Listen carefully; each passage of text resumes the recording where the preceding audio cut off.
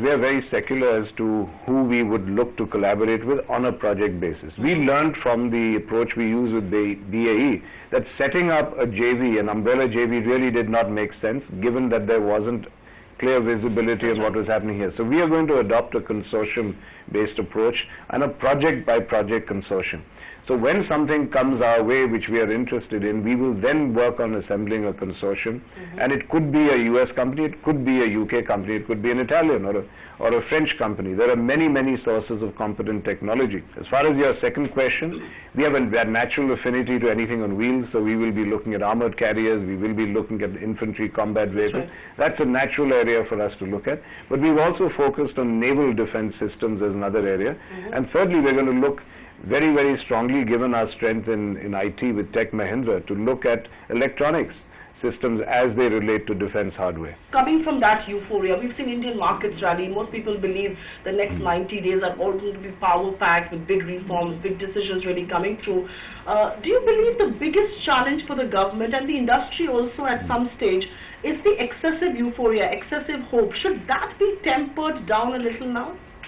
I've been quoted extensively on saying that it's such a good thing to have hype and expectation. We've been in a kind of desert for a while, a desert of aspiration, where there's been a complete paucity of aspiration. You know, when you lose hope, okay, you swing to the other side of the pendulum. I'd rather be in this situation than be in one where there's a complete vacuum of hope. There's a lot of political opposition in India, which is perhaps why the government had to take the ordinance route. Without going into the merit or the demerit of the ordinance route, do you believe a lot of political opposition in India to reforms is merely political rhetoric? I would hope so. How do you come out and say reform is not good for India? I think the Berlin Wall fell a long time ago. I shouldn't take that long for people to learn lessons about what's good economically for us. And I would hope people would see that it's to the common good if the economy grows. So I would hope that the reform certainly is nothing more than rhetoric.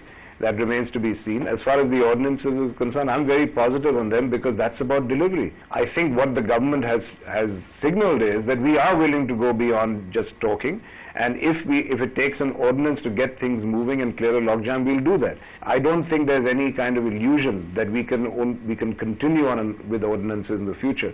But I believe ordinances very clearly signal to the world that this government meant business. Governor Rajan has finally relented. People believe it's his turn to be a dove than a hawk. He's begun to cut rates. I have two questions to ask you. Do you believe this is a decisive turn in interest rate monetary policy stance in India? And for business to flourish and capital to be available, will the RBI require to be more aggressive on the monetary policy stance? You know, when you use the word decisive, I don't think you have very broad linear things where suddenly we change our stance towards interest rate. The RBI has to be like a doctor. You keep monitoring the pulse of a patient. And you have to look at all its vital signs in their holistic nature. You can't simply look at the pulse and say, I need to speed this up because this organ is suffering. We are made up of multiple organs. So the doctor has to be a GP in a sense, rather than being a heart surgeon. And in that sense, I think we don't know whether the rest of the economy will merit it. As Governor Rajan has rightly pointed out, his next monitoring point is going to be the fiscal deficit. And if we continue to make progress, both in the fiscal deficit for this year and in the targets that are set for next year, then I believe he will have the confidence to continue the path towards cutting the cost of credit. But I wouldn't blame him. Find us on Facebook at facebook.com/ETNow and don't forget to click the like button. You can also follow us on Twitter at ETNowLive. To stay updated with all our programming, hit the subscribe button on our YouTube channel by logging on to youtube.com/user/ETNow.